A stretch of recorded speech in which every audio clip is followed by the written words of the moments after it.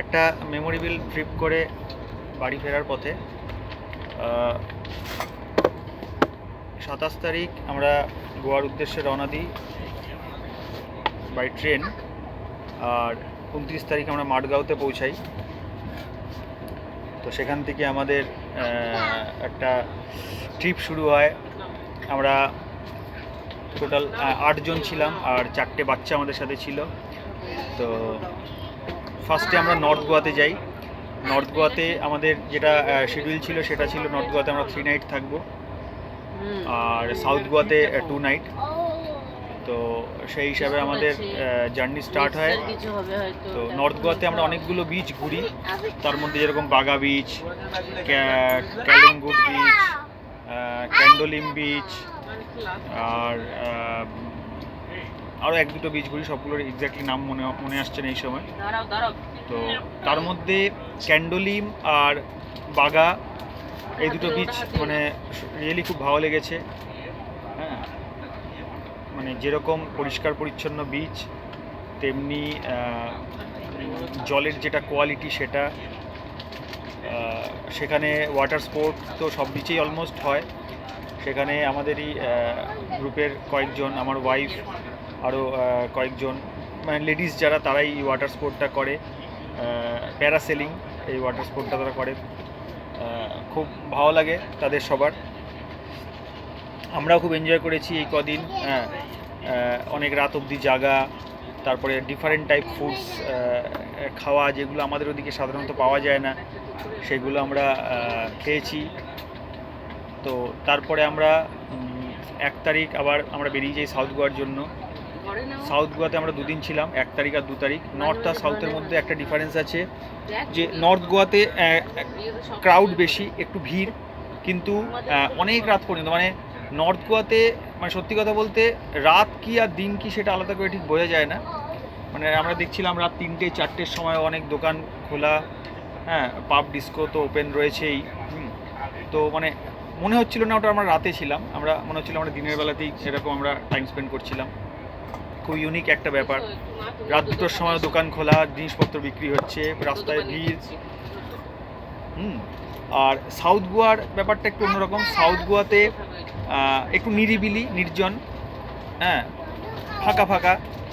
মানে দিনের বেলা সত্যি সাউথ গোয়াতে যে মানে ভিউজ আছে সেগুলো মানে আনফরগেটেবল, কিন্তু রাত হয়ে গেলেই একটু চিত্রটা অন্যরকম হয়ে যায় একদম। মানে কোনো দিকে কোনো লোক নেই, সব দোকানপাট বন্ধ হয়ে যাচ্ছে একটা সার্টেন টাইমে। হ্যাঁ, অন্ধকার রাস্তা। হ্যাঁ, মানে আপনি যদি একা একা যদি আপনি ঘোরেন তাহলে আপনার একটু অসুবিধা হবে। আর আরেকটা ব্যাপার, ওখানে আমরা স্কুটি নিয়ে নিয়েছিলাম। স্কুটি ভাড়া পাওয়া যায় পার ডে বেসিসে, 400 টাকা 500 টাকা এরকম রেন্ট হয়। সেখানে আমরা 4টে কাপল 4টে স্কুটি নিয়ে নিয়েছিলাম। আমরা স্কুটিতে রাইড করছিলাম, বেশ মজা লাগছিলো। একটা অন্য প্লেসে রাইড করার মজাটাই আলাদা। সেখানে রাস্তাঘাট অন্যরকম, সেখানকার যানবাহন অন্যরকম বলতে যেরকম একটা জিনিস দেখলাম, যে গোয়াতে ম্যাক্সিমাম গাড়ি হর্ন ইউজ করে না। আমাদের বাড়ির দিকে যেখানে রাস্তাতে মানে প্রত্যেক মুহূর্তে হর্ন বাজছে, কিন্তু ওখানে হর্ন বাজে না বললেই চলে, বিনা হর্নে গাড়ি চলছে। হ্যাঁ, এটা একটু অসুবিধা আমাদের জন্য হচ্ছিল, কারণ আমরা ওটাতে অভ্যস্ত নই। আর যদি বিচের কথা আসি, সাউথ গোয়াতে আমরা যে কয়েকটা বিচে ঘুরেছি, তার মধ্যে যেরকম কোলবা বিচটা আমরা যেতে পারলাম না, ওটা আমাদের ব্যাড লাক, সময়ের অভাবে। তাছাড়া আমরা গেছিলাম বাটারফ্লাই বিচ, গেছিলাম একটা বোটে করে গেছিলাম।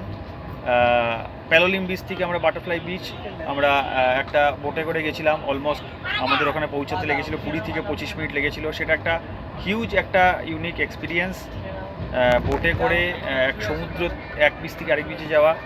বাটারফ্লাই বিচটা বেশ ছোট কিন্তু ইউনিক, আর প্রচুর ওখানে মানুষের ভিড় ছিল। আর প্যালোলিম বিচ যেটা, সেটাও অসাধারণ একটা বিচ, অসাধারণ। মানে আমার দেখা যতগুলো আমি বিচ আমার ভালো লেগেছে, তার মধ্যে মানে 1-2 এর মধ্যে প্যালোলিম বিচ সবসময় থাকবে। আর সবচেয়ে বড় কথা, যখন সন্ধে হয়ে আসছিল তখন আকাশের যেটা একটা রূপ সেটা একটু অন্যরকম হচ্ছিল। অনেকটা মানে ফটোতে যদি দেখা যায় তাহলে সেটা অনেকটা ওই পিঙ্ক কালারের লাগছিল অনেকটা, জানি না ওটা কেমন লাগছিল, কিন্তু পিঙ্ক কালারের মানে একটা একটা ইমেজ আসছিল। তো ভালো মন্দ মিশিয়েই ট্রিপটা হয়েছে। বাচ্চা সঙ্গে থাকলে অনেক কিছু একটু মানে প্ল্যান হিসেবে হয় না, মানে যেটা প্ল্যান করে এখান থেকে গেছি সেটা হয়তো হয়নি, কিন্তু ওভারঅল যদি বলা যায় মানে একটা মানে মেমোরেবল ট্রিপ এটা হয়ে থাকবে আমাদের জীবনে। আর গোয়া তো সবারই একটা ড্রিম প্লেস সবসময়ই হয়, সেখানে আমারও তাই ছিল, বা আমাদের বাড়ি আমাদের যে গ্রুপের যারা ছিল তাদেরও তাই ছিল। তো এরকম ট্রিপ মানে আশাই করা যায় যে ভবিষ্যতে আবার একদিন হবে, কারণ এটা তো হতে পারে না যে আমরা লাইফে গোয়ার মতন একটা জায়গা সারা জীবনে একবারই ঘুরবো, এটা ঠিক ভাবা মুশকিল। তো সেই হিসাবে হয়তো সেটা খুব তাড়াতাড়ি হবে না, কিন্তু নিশ্চয়ই হবে। হ্যাঁ, তো তাছাড়া আমরা আরও কয়েকটা জায়গায় গেছিলাম, একটা জেল ছিল ওইটা ঢুকতে পারিনি, গেছিলাম। তারপরে আরও বেশ কয়েকটা চার্চ ছিল, পাশ দিয়ে পেরিয়ে গেছি, বাট ঢুকতে পারিনি। তো এখন তো এই বাড়ি যাওয়ার পথে আপনারা দেখতেই পাচ্ছেন আমরা ট্রেনে রয়েছি, এখন আমরা ফিরছি। হ্যাঁ, আমরা ট্রেনে করে ফিরছি। এটা এই ট্রেনটা ভাস্কো ডা গামা থেকে শালিমার পর্যন্ত অমরাবতী এক্সপ্রেস। হ্যাঁ, আর বেশ ভালো ট্রেন এটা। আমরা আসার সময় এই ট্রেনেই এসেছিলাম, আর যাওয়ার সময় এই ট্রেনেই যাচ্ছি।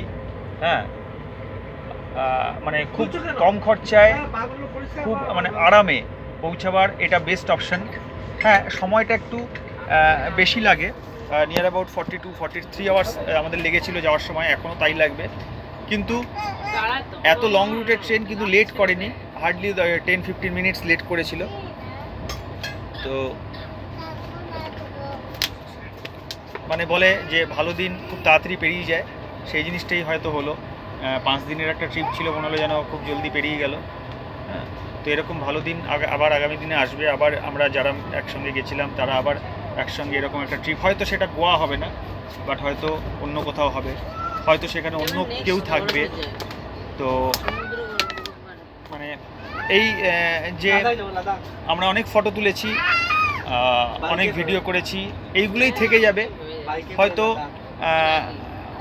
বেশ কিছু বছর পরে হয়তো সব কিছু হয়তো মনে থাকবে না, কিন্তু এই যে ভিডিও, এই যে ফটো, এগুলোই আমাদের মনে করাবে আমাদের সেই সব দিনগুলোর কথা। তো নতুন মানে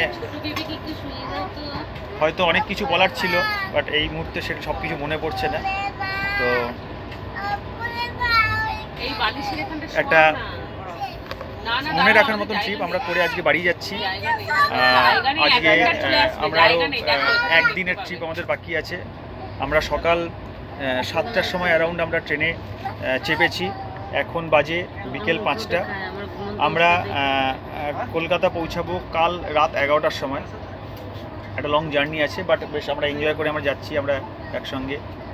তো বাড়ি পৌঁছাতে পৌঁছাতে আমাদের 5 তারিখ মোটামুটি এই 8টা 8:30 হয়ে যাবে। তারপর থেকে তো আবার যে আমাদের লাইফ সেটা আবার শুরু হবে। তো থ্যাংক ইউ। হ্যাঁ, সবাই ভালো থাকবেন।